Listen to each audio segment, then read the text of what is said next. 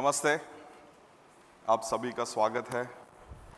मैंने सोचा इंडिया में है तो हिंदी में भाषण करेंगे। शुरू किया मैंने कि ये अटैक सरफेस मैनेजमेंट को हिंदी में क्या कहते हैं, तो आक्रमण सतह प्रबंधन। मतलब भाई ये तो नहीं होगा। चलो रिस्क सरफेस देखते हैं। रिस्क सरफेस तो और भी भारी था, जोखिम प्रबंधन, सतह प्रबंधन। ये तो नहीं होगा हिंदी में। आई वाज लाइक मुंबई है तो मराठी बोल लेते हैं, मराठीत भाषण करू। मराठी किती लोकांना येतं? Okay, so I said how do you translate attack surface management, risk surface management in Marathi? So it came back and said आईच्या गावात सॉलिड फाटली, आता काय करायचं?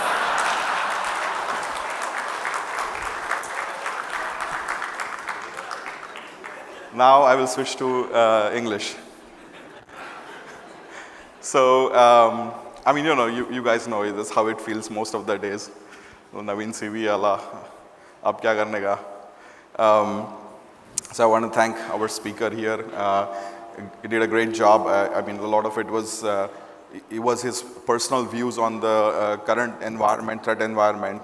But I think our view at Qualys really is, the good news is, despite so many different attacks that can come, whether it's nation state, whether it's extortion, ransomware, the solution for all of it is really just the same. It's exactly the same thing. If you can patch the right things and you can make sure that your system is hardened, that will prevent almost all of the possible attacks that you can have. So today we're going to talk about attack surface management or risk surface management. Clicker hai kya? Okay, good. Okay, so let's start with how many of you have been at QSC in the past? Okay, about 15-20%. So the conference used to be called Qualys Security Conference for many years, almost 20 years. And a lot of the focus for us was really about how we're helping you understand the capabilities of Qualys and the Qualys product and what we are innovating. But it is very clear now that more and more we are in an environment and a battle where we just don't have the budget or the money to fix every single attack that is coming our way. And so the focus has to be, unless there's any of you here where your CFO has given you unlimited budget to fix all of your cyber security issues. Okay, I didn't think so. Because I would say that if that is the case, you're probably using Tenable or Rapid7. They're not finding as many things. I'm kidding. So the last couple of years, and I always talk about how when I have been at Qualys for 21, 22 years, something like that, and back in the day, customer would scan once a quarter all their assets, which is like 5,000 assets. And we had other customers who were like, man, I wish I was that good. Just scan once a quarter. And I remember when I joined Qualys, the first feature I coded was the ability to pause the scan on a Monday and resume it on a Friday. Because of course that's what the attackers do. They're like, yeah, let's not bother these guys during business days. We'll let them do their business and we'll pick it back up later in the end of the week. So we've evolved from there where we were scan systems once a quarter. That was enough to scanning daily. Just yesterday we were talking to a customer and like we should never stop scanning and detecting things. And so now with the agents, we have 100+ million agents. We're everywhere, and we see that these agents are updating every 4 hours all your latest vulnerabilities. And sometimes customers are like, it's too slow. I was like, I'm trying to think like, how quickly are you fixing issues if you think every 4-hour detection of vulnerabilities is too slow? Because if you're not fixing within every 4 hours, then it is like you weigh yourself 4 times a day, but you don't go to the gym. The outcome is going to be the same, right? So we're in a situation now where with the expansion of the attack surface, as they call it, the speed at which the attack surface is being exploited and the budgets are not keeping pace with that. The focus for everybody really is not attack surface, is really about risk surface, really for trying to figure out what causes risk. to your environment, to your agency. And that's the reason why we're super excited this year to really elevate our conference to not just be about Qualys product and capabilities, but actually make it a broader conference where we talk about risk operationalization, because otherwise you're just basically staring at your risk and not getting it fixed. So you have plenty of dashboards that you have everywhere, but if things are not getting fixed in time, then operationalizing that risk is super important than just observing your risk, because just sitting there and observing your risk doesn't give you anything. And that's why we moved from the concept of vulnerability management, VMDR, to really talking about Risk Operations Center, ROC, and the conference we elevated to be called Risk Operations Conference, ROCon.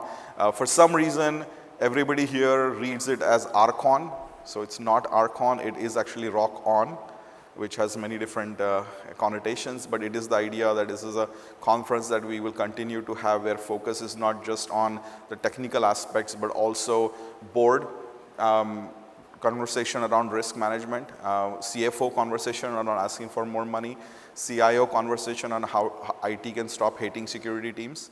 So there's a lot of these aspects that are part of the business that we're going to continue to elevate, and that's why I'm super excited that this is the year that we are unveiling. We had to give an Indian flavor, ROCon 2025. So all of you are here today, and you have the privilege of being with us here today for the first ever Risk Operation Conference in Mumbai. And we continue to look forward to getting feedback, and we enhance this conference so make it a lot more useful so that we can have conversation truly around risk management. So let's talk about attack surface management. I think a lot of people focus on attack surface management, which is essentially at this point, as Mr. Patil said here, that even your phone with WhatsApp is now becomes an attack surface. Somebody sends you a video that you should not be watching, and you click on it, and now your system is infected. Now that actually becomes your attack surface. So chasing attack surface is kind of pointless today, because any system that is digitally connected is your attack surface at this point. So I understand the temptation of just focusing on internet-facing assets as your first line of defense, which makes sense. But when you are in an environment where every single digital asset is part of your attack surface, you just don't have the ability to go and try to manage and fix everything. And that's where the conversation needs to evolve into the idea of risk surface management. And a very simple example of this is if you have a big house and you install a new home security system, and on every door, every window, all your 20, 25 doors, windows, you put a motion sensor, Wi-Fi sensor, you put thermal cameras, everything, so that you can make sure that you spend 1 crore rupees in this highly sophisticated system that is monitoring everything. But if the attacker actually did get into your house, the maximum they could have stolen was 50,000 rupees in your Godrej Almari.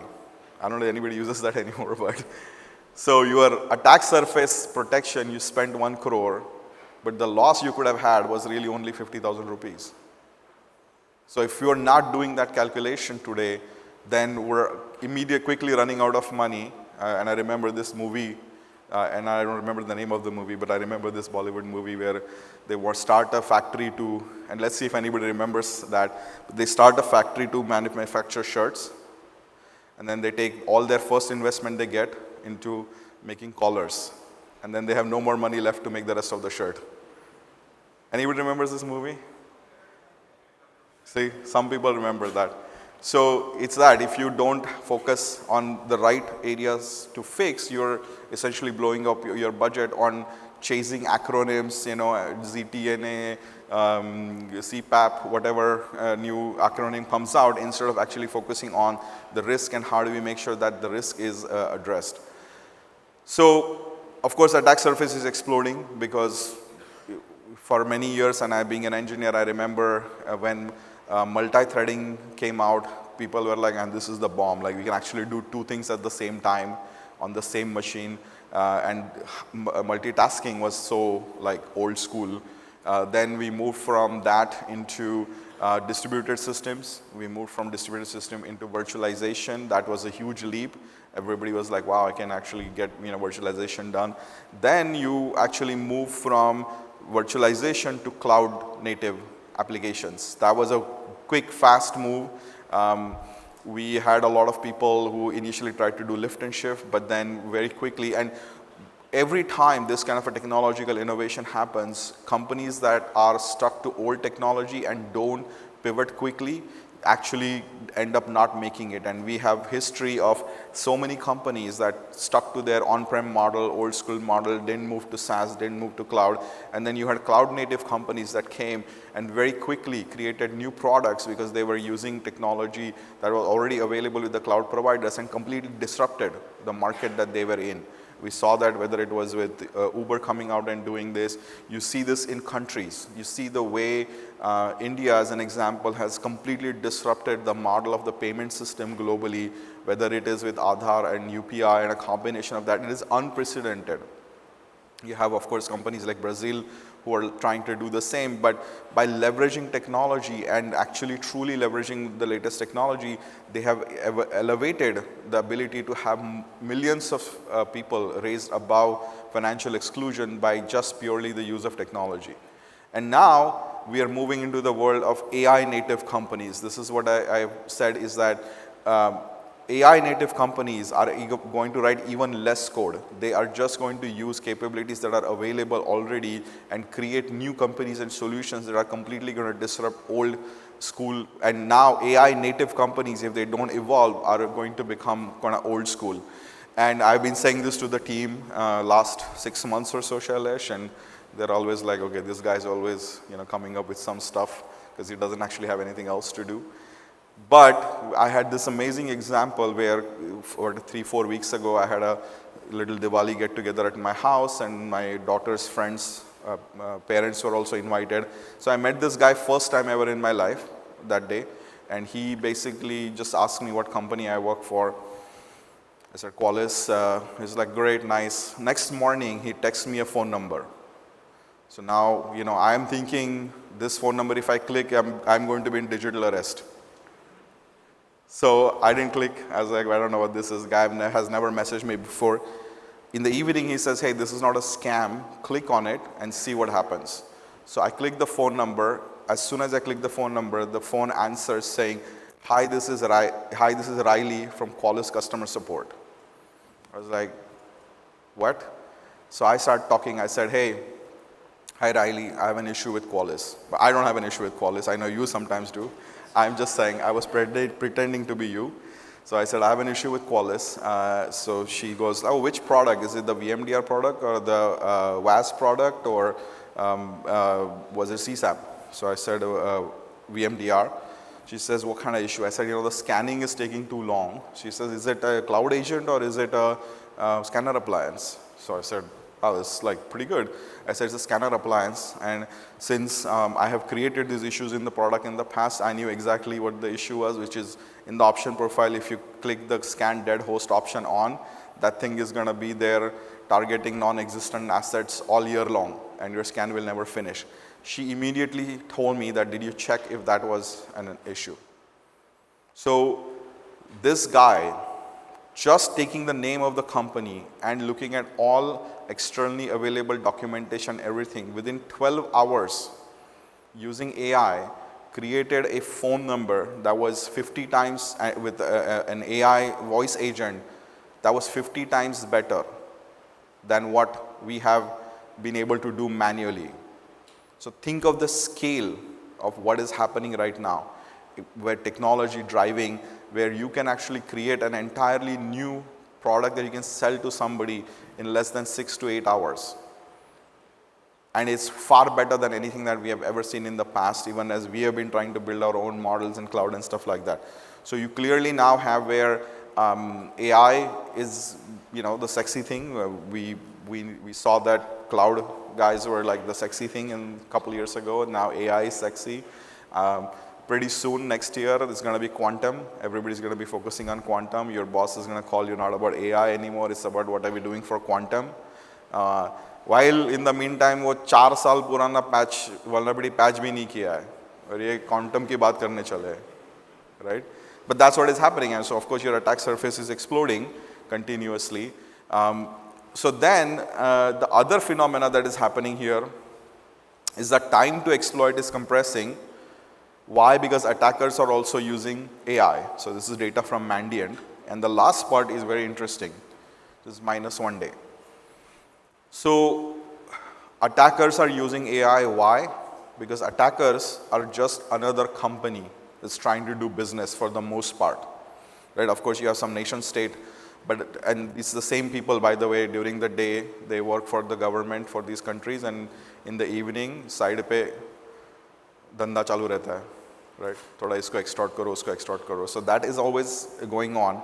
So they are using AI because they are a business. Like you are saying, man, if I use AI, this phone number, I can actually reduce my customer support cost a lot. These guys are pretty, seasoned corporations. They have people who are assessing your, उनका भी annual review होता है.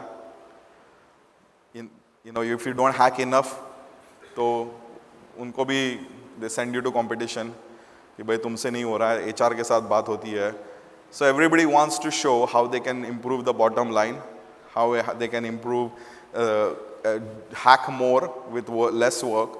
So it's not a coincidence that with the use of AI, they are finding ways to get this exploitation done quicker and quicker and quicker. So, Muniji, how are you? I didn't see you.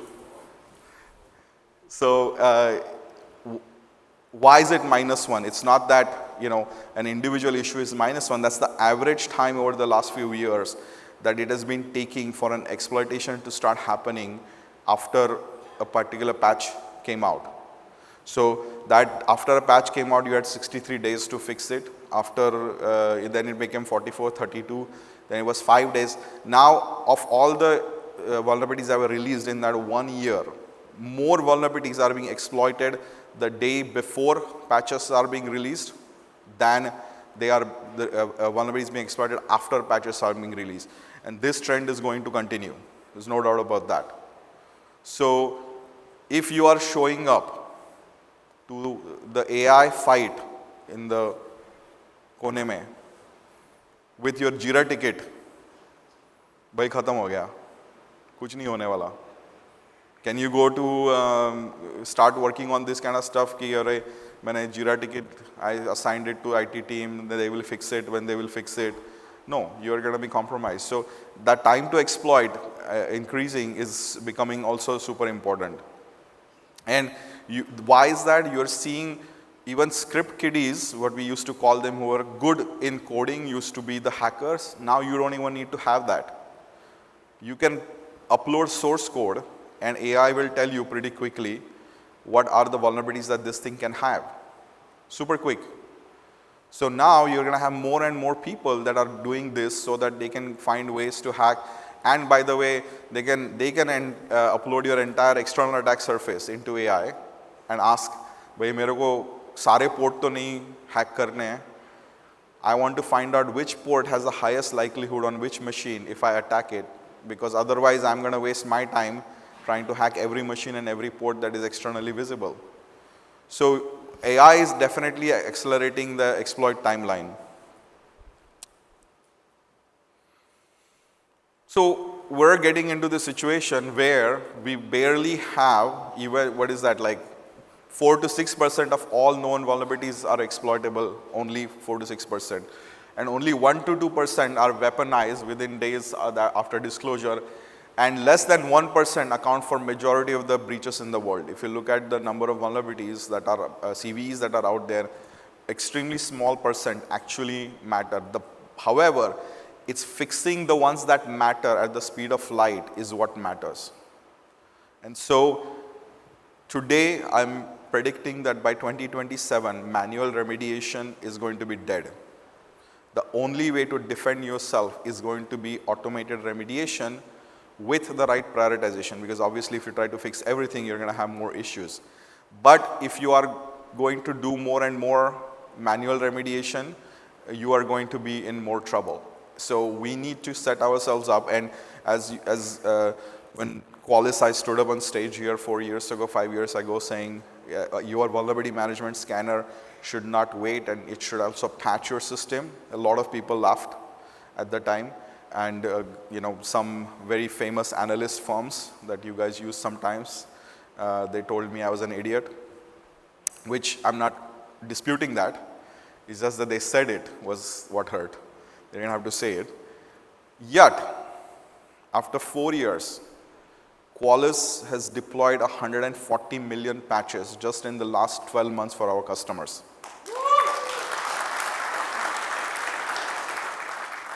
And no better flattery than when competition tries to copy you after saying that this is a bad idea. So we're happy to have seen this coming beforehand and actually created capabilities that helped a lot of our customers be highly secure from that. And so now it is about how do you get into mitigation, how do you fix things without patching. We have a booth outside for patchless patching, which will be interesting to say. If you are going to use automation for security, how do you make sure that that automation does not break your working system? This is always the big question and the big risk. People get concerned more. You had a big retailer in the UK who got hacked. Nobody remembers how they were hacked, but they remember the website was down for 72 days and they could not accept orders. That was the biggest challenge. It wasn't about the security. Somebody took some data. It was in the dark web. That is a pretty good playbook for that. So going with that, attack surface is exploding, but your budgets are not exploding. Like I said, does anybody here got a 20-30% increase in their cyber budget this year compared to last year? Probably not, right? So the budget, so as you can see clearly, our marketing team does not know how our teams work with procurement. You guys do not give us a bag full of coins like that. So your procurement teams are thinking of things a certain way, and the finance team is thinking of things a certain way, because companies are today being pushed to compete in the market with AI, right? You see Swiggy creating new capabilities where you can have the Paradise Biryani from Hyderabad delivered to your house in Pune in 15 minutes after you order. That defies laws of physics. But they have been able to use a lot of AI to predict on an average day how many people order, so they can pre-fly and deliver some of these capabilities, right? So that's why you always think of them versus somebody else. So if the CFO has her last 1 crore rupees left, and the IT team is saying, give us that 1 crore and we will find a way to increase the company's top line by 3%, 5%, or help improve the bottom line by 10%, then the cybersecurity team is coming and saying, give me that 1 crore and I will make it better. But how much safer? No idea. How much risk will you reduce? No idea. How much loss can we potentially save? No idea. So now you cannot even say we will be 2 times safer if I spend this 1 crore. Can you say that? That will be 2 to 3 times safer. So that's where CISOs, who 5 years ago thought what I do is important, I want to go to the board meeting and present this amazing capability. After the first board meeting, they don't want to go back, because the board is asking questions that are related to the business that he cannot answer. So how do we then take this where attack surface is exploding, your risk surface is keeping track, a timeline is reducing, and your budgets are not increasing at the same pace. Yet, to the point that Mr. Patil said, as private companies, we have to make sure, and in every country there are a few super large private companies. You have banks, you have private companies that are running infrastructure, metros, etc., etc. While they're private companies and not government companies, then the impact of an attack on those is very similar to what you would have when a government agency is compromised. If the network comes down for a couple of large banks, that's going to be a major issue for the economy. So you still need to make sure that you're securing your business, but also the country. But you have to do that at your own budget, right? And as you talk about the new warfare, current model is you pay taxes, the government will buy all the Akash Tir defense system and deploy it around the border, and you don't have to worry about कि मेरे parking lot में भी एक आकाश तीर लगा दो, या आ गया मिसाइल तो क्या करेंगे? You don't have to worry about that. But in a cyber warfare, you have to make sure that you're protecting the company or the bank against an attack, but you have to do that at your own expense, right? You're not like you're getting extra money. And of course, you're competing with the bottom line with your CFO. So how do we address something like that? And that's where we need to move from just visualization. So there is this whole big thing, dashboard, dashboard, dashboard, but we have to move from visualization to quickly being able to prioritize, knowing that we will never fix everything, knowing that we need to prioritize the things that are going to be the ones that the attackers will use with real-time threat intel, and then remediation. That's what, when I say that we need to move more to risk surface management. So instead of chasing the same thing that everybody is, your business leadership will be far more impressed with your conversation, your quarterly update, if you talk about the concept of risk and risk management rather than just talking about attack surface. And so it is great to see that here today. I mean, it's great for me, maybe not for you, that RBI is pushing for for exposure management and stuff like that. But that's the idea, is that we need to move in a risk-based approach. And DORA and a lot of those standards have now moved to saying, instead of fixed CVEs, how do you move to that approach? So that's where we need to step back and again say, well, at the end of the day, cybersecurity is a risk management function for a company. That's it, right? Like, there are different risks. There are financial risk, manufacturing risk. Cybersecurity is one of the risks. And with risk management, like when you buy insurance for your car, you need to know what is the value of the loss you could have with your car before you go buy the insurance. If you pay 50,000 rupees as premium for your insurance and the car is only 75,000 rupees, you should not be in business or married. Your spouse will find out and that will not be good.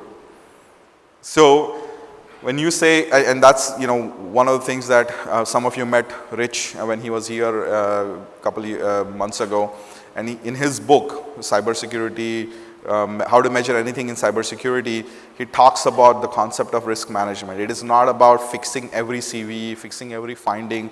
It's really about what out of this is going to create the most plausible loss for the business. So it's a very good book. I haven't read it, but please buy this book, because every time you buy it, I get 10 paise. So this is my retirement plan. It's available on Amazon. So all we are doing with risk management is that we are reducing the likelihood. Nobody can guarantee zero risk, and you should not spend so much money going to zero risk, right? Risk management has three components: risk mitigation with tool, people, process. Second is risk acceptance, when we knowingly accept certain amount of risk. And then the third is risk transfer to your cyber insurance company. Whatever you cannot mitigate, don't want to accept, you want to figure out how much you want to transfer to the insurance company. And that equation changes based on business. If you feel, like your risk, you don't want to spend more money on mitigating, sometimes spending 20 lakh on cyber insurance might give you better risk write down than spending 20 lakh buying some new tool in terms of reducing the risk. And this is the conversation that our CISO Jonathan and our CFO Jumi have a lot of times, which is Jonathan will say, give me 1 crore for increase in cyber budget this time. And the CFO says, you know what, Jonathan, forget 1 crore. I will give you 100 crore. If I give you 100 crore, will we be fully safe? He says, no. If I give you 1 crore, will we be fully safe? Of course, you cannot say yes. So he says no. So she's like, here's 50,000 rupees, Ashkar. The answer is still the same every time. Why? Because you're not able to have a conversation that says, look, we have a risk of losing 10 crore rupees a day. Currently, our risk of losing 10 crore rupees a day is high. If we spend 20 lakh, we can bring that risk down by 80% by updating these 2 controls and fixing these 7 vulnerabilities. That is a conversation a finance person can understand. If I give you 20 lakh and you reduce the risk of losing 10 crore by 80%, that is the business conversation. They don't care about your CVE and ZTNA or MFA or any of that stuff. They just want to know how is this ROI in this investment going to give you that benefit out of that. So, which means, and this is a common question that security people don't know, they say, yeah, but I don't know what is my value at risk, which I then go back to saying, you're trying to protect a car and spending money on protecting that car, not even knowing how much loss you would have if that something happens to the car. So the value at risk, of course, is a business conversation, and you need to have that business conversation. And by the way, your public filings, information that is filed with the government, a lot of this already have all this information in how your company looks at risk. So a lot of times when we run our automated AI-based risk assessment for external attack surface management, people are shocked. How did you get all this information? Did you hack into my systems? I was like, that's not our business. But this is all publicly available information that will tell you exactly which are the components of your business that are being reported on. So you have to sit and do that thing. Now the next thing is that we have to expand beyond vulnerabilities. So too much of the CTEM exposure management focuses on CVEs and vulnerabilities. But you could have a machine that is perfectly patched for all CVEs, but the configuration is C drive is open read write to the whole network. That's actually a worse risk than having a potential CVE that could be exploited. And now identities, especially with the use of AI, identities are going to be super important. And you know, people always think that new technology will somehow make it less needed for us in cybersecurity to protect the old technology. That never happens. The amount of tech debt that we have is absolutely insane. And that is same thing is happening with AI. The promise of AI with the RAG model was like bring all the data into a vector database and you have this whole new system and you can just focus on protecting that. But it was too expensive, too complicated. So now that MCP has come and everybody's focusing on MCP, what does MCP do? It still keeps your old API and database and all the crap is still there. You just added one more layer of MCP servers on top of the same old stuff. So you still have to go do end of life and patch and configure your databases. Now you have to worry about the identification and the identity of your MCP server, that does a customer support chatbot, which is your MCP host, somehow has access to your employee information MCP server. And so somebody chatting asks, give me the salaries of your employee, it might actually go and expose that if you're not tracking your MCP as well. So we need to bring identities as part of the risk factor. But today, when we look at posture management, what do we have? We are running to fix the latest and the greatest that comes. So it's like a continuous, like if you see something, what do we call that? Risk whack-a-mole. And I think we have the risk whack-a-mole here somewhere, right? So I don't know if you know, वो मेले में होता था ना, इधर से वो बंदर आएगा, you try to hit it, तो वो नीचे जाएगा, इधर से आएगा, you try to hit that. So all of us have PTSD from Log4j, right? We try to hit that. Sometimes once in a while you'll hit a developer also on their head.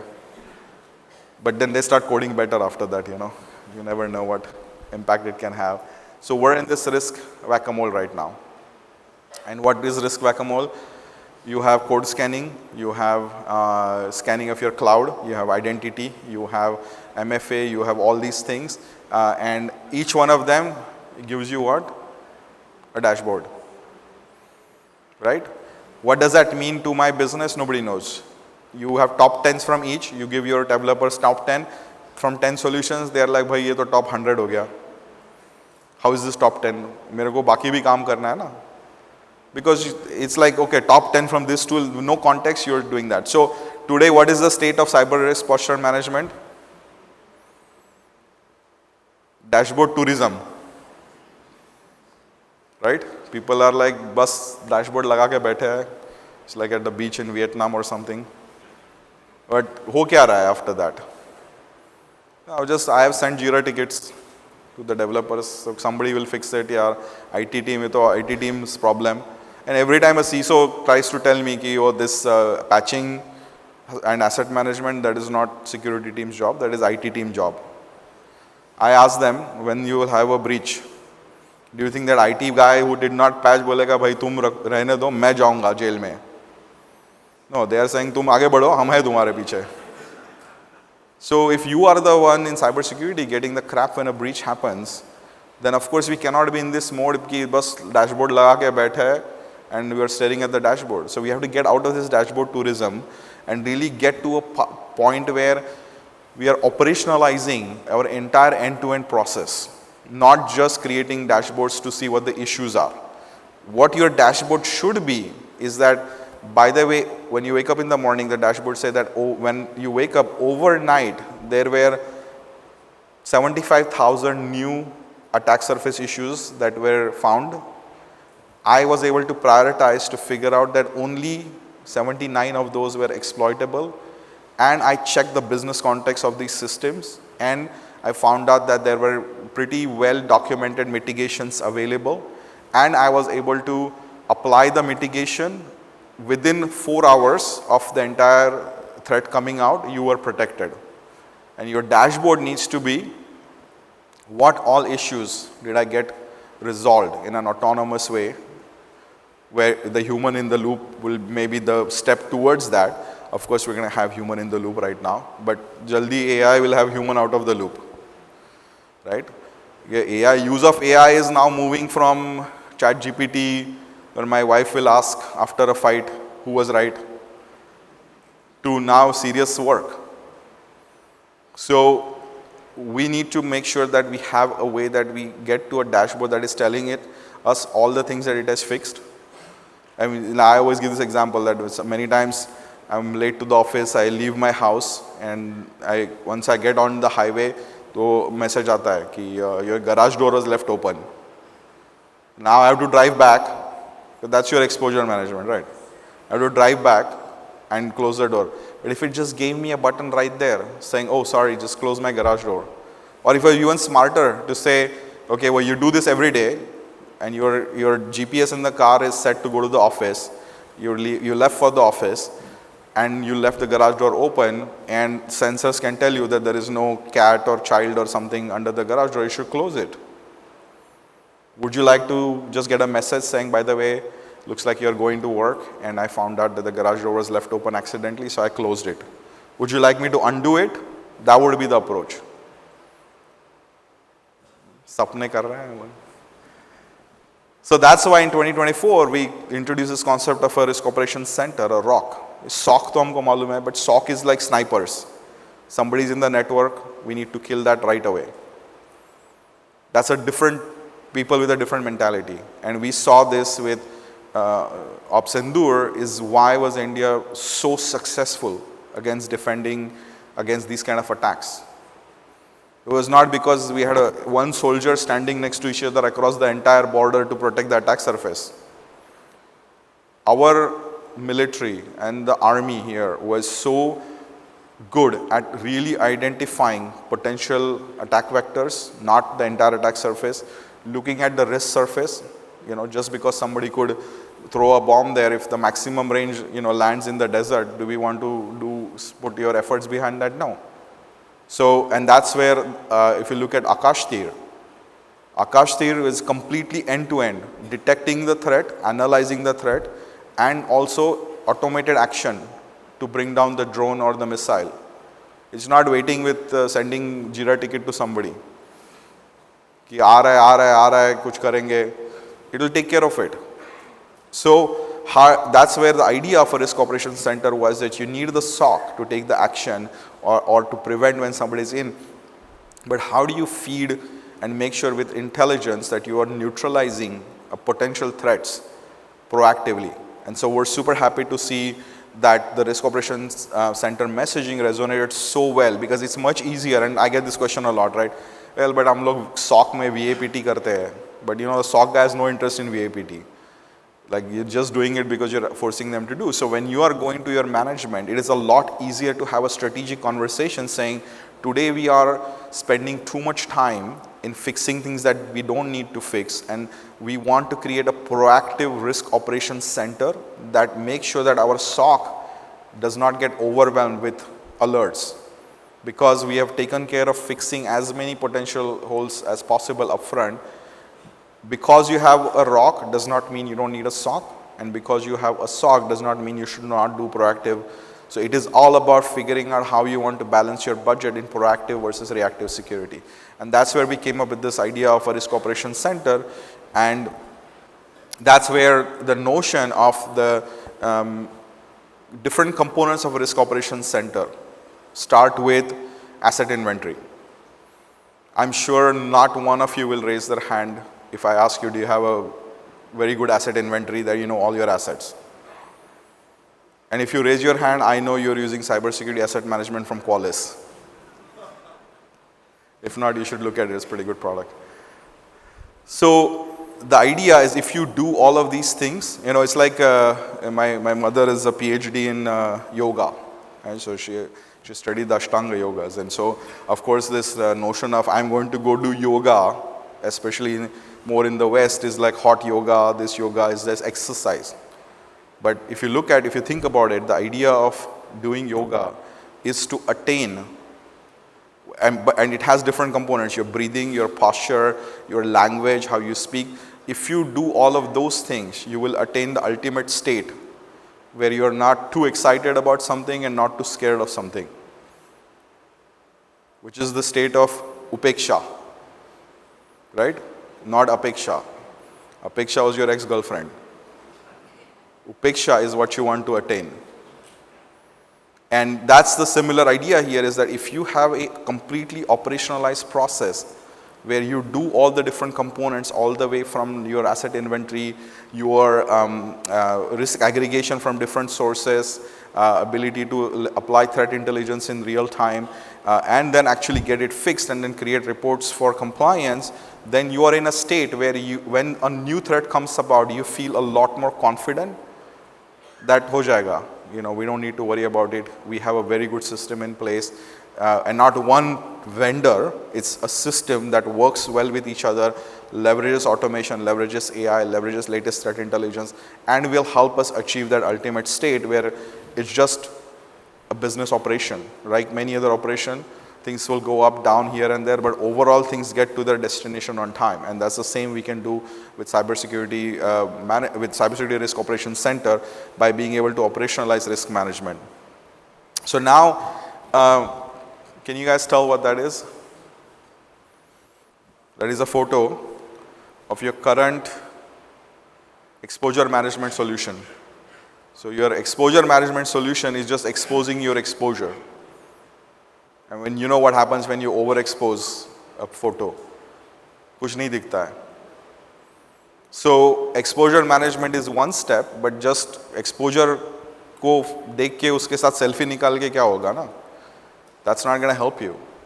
So that's where the idea of a risk operations center is that it is made up of 3 distinct components that work well with each other.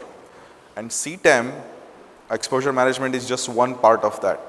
But if you don't have CRQ and you don't have the ability to actually get it fixed, then you are not achieving the goal.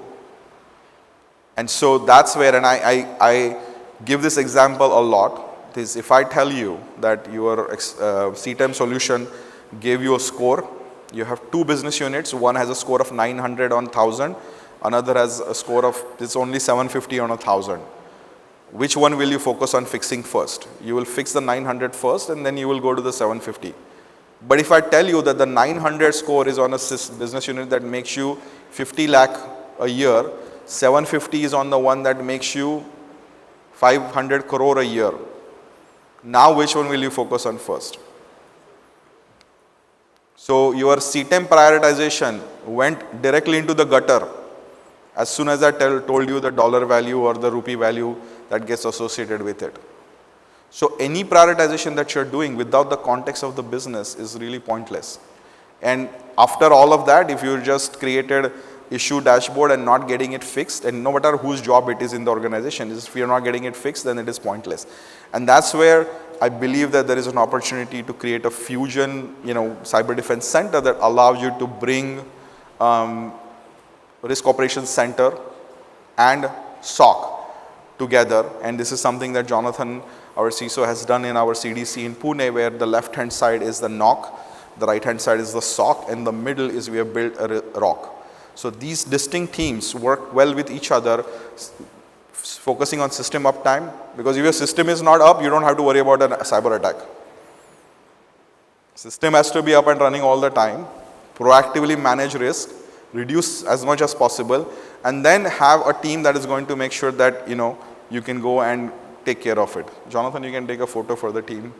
They will be excited to that we put that. That's actually our team members pretending to work for the photo. I mean, in this instance, they were pretending, but they do work all the time.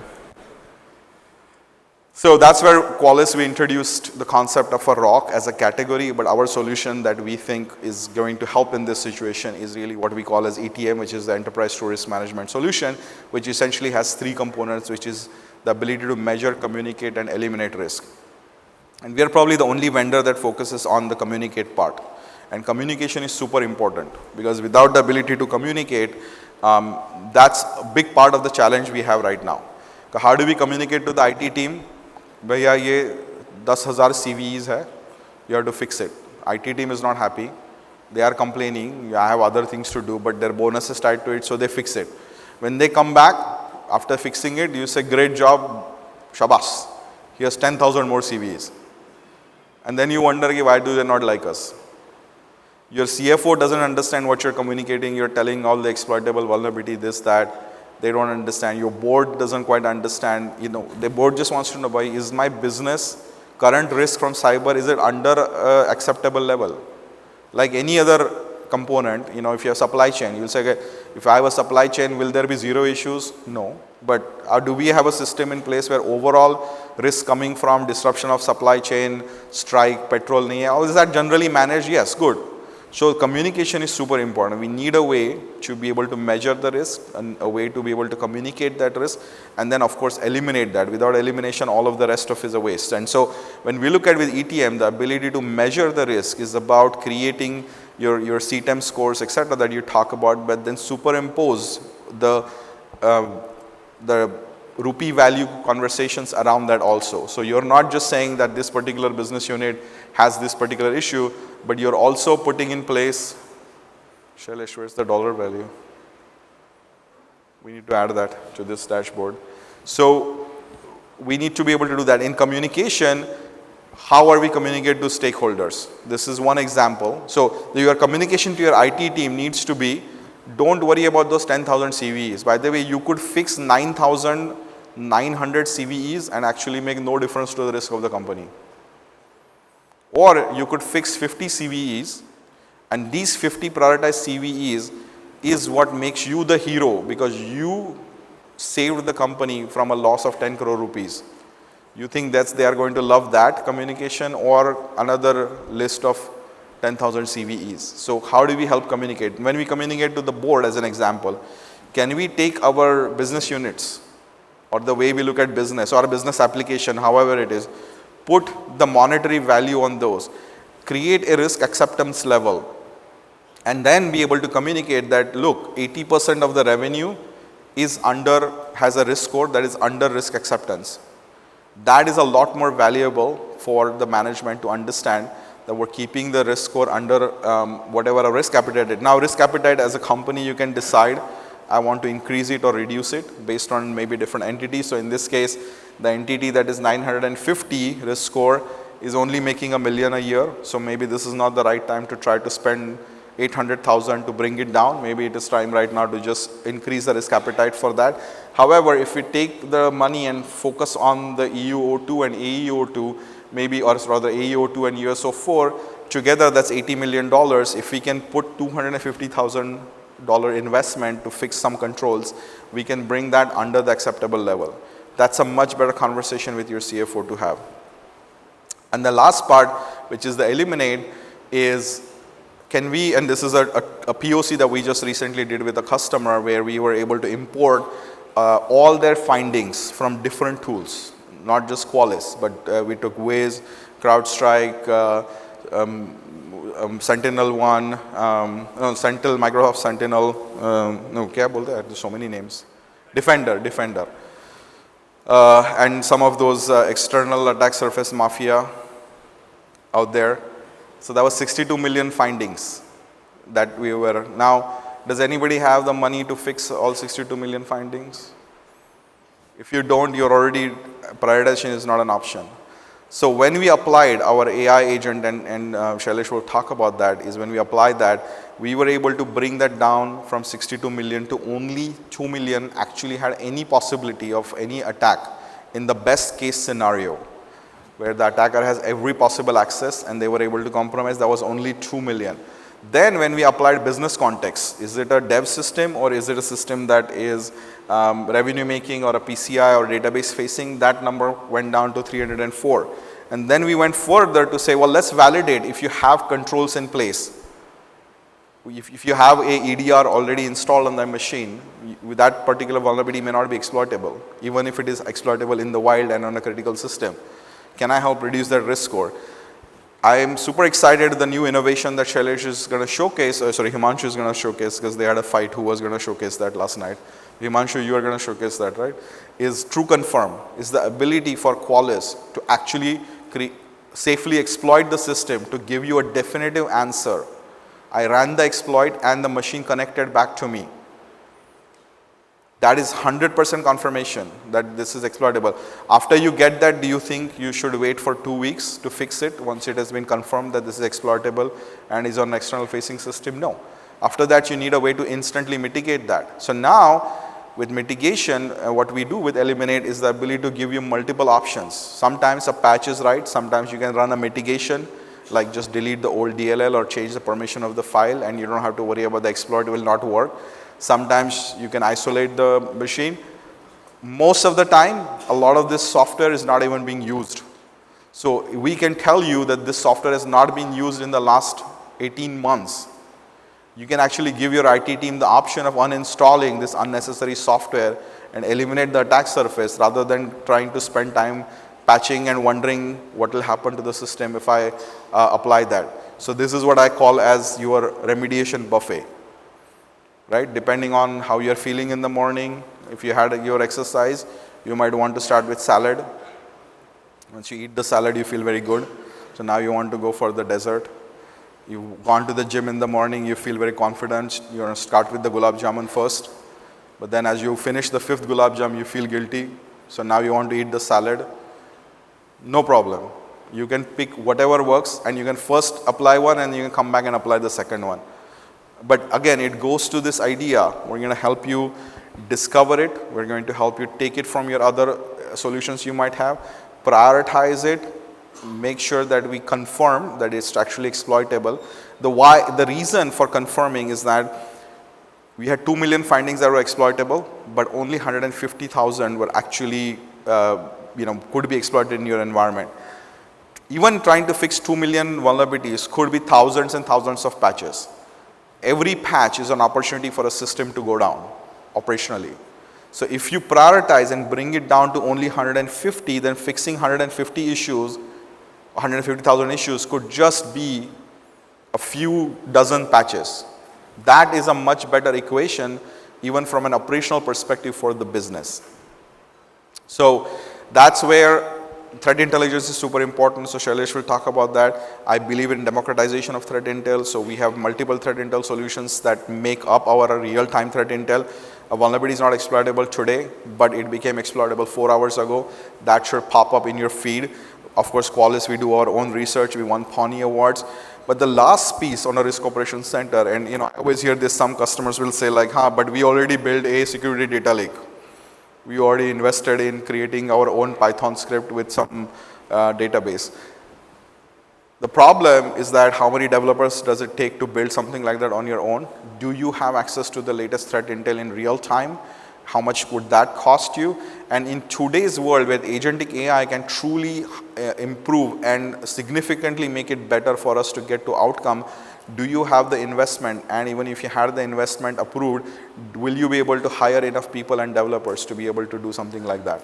And the answer is no. And that's why the Risk Operations Center with the agentic AI capability built in is super exciting for us, because now not only you have one place where you're bringing all of your findings from multiple different tools, but with that, what we're able to do is create a marketplace where we have specific outcome-based agents.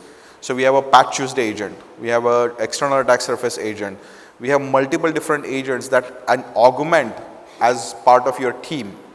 They actually work in collaboration with your team. You have the human in the loop.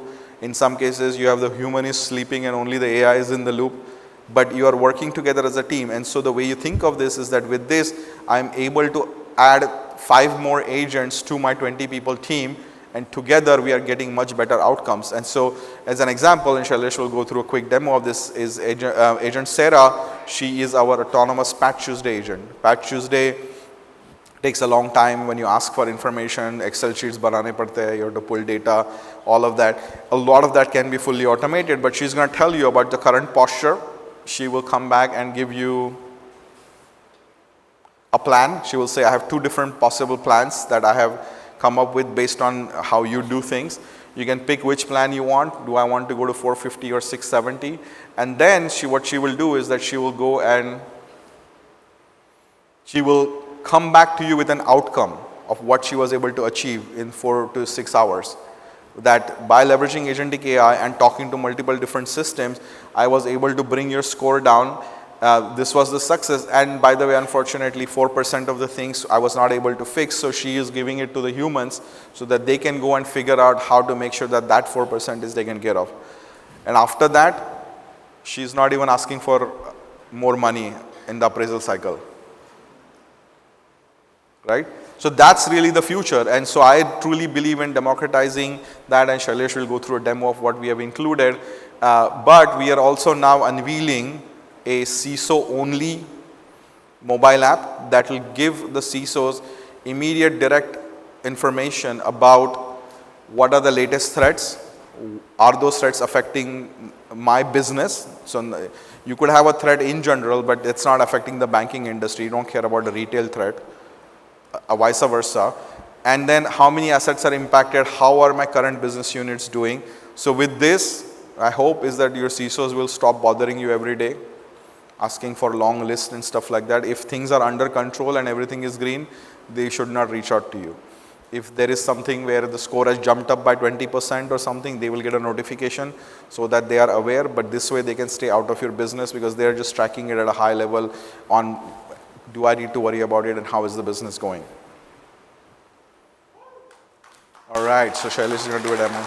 Last piece is that we cannot do it alone. Your first question is, nice story, Sumedh, but I don't know my quantification. I don't know how to implement something like that. And that's where you, in the partner pavilion, we also have come up with the concept. I mean, you guys are all familiar with MDR vendors, right? And MDR vendors are haggling, मराठीमध्ये म्हणतो ना नळा पाण्याच्या नळावरती भांडण. So they are like haggling on, price of MDR. Opportunity here is to work on creating higher value service that helps you understand the risk and for you to create reports that you can go show your board and be successful with communication. So we have a bunch of partners, and so our overall strategy here is the Qualys ETM ROC solution is working with MROC partners, which is Managed Risk Operation Partners, to help you implement those, and then outcome of that is going to be partnerships with cyber insurance companies who are then going to help us make sure that we are actually getting an outcome by helping you. And we signed one in the US where if you share your ETM score, not the details of your CVEs, but just the score with the cybersecurity, cyber insurance vendor, they are giving a 15% discount on your annual premium. And that is a business conversation that you can have with your leadership. And that's really what we are working here to enable. So with that, I would like to invite Shailesh to come over and give a short, quick demo of how we can have an autonomous system with AI that, wait Shailesh, wait. We can have an autonomous system with AI that can go all the way from taking the name of your company and finding all the details and helping you configure everything from your SLAs to all of that just in a matter of few seconds or minutes, as he's going to show in the demo. Before I do that, I want to thank all of you for coming and listening and encouraging us to innovate and go in different direction and new ideas that are actually tied to how you're thinking of business. So we're here all day, I'm here all day. I look forward to feedback from all of you, but thank you all for coming. And I look forward to continuing to do this every year here in Mumbai. Thank you very much.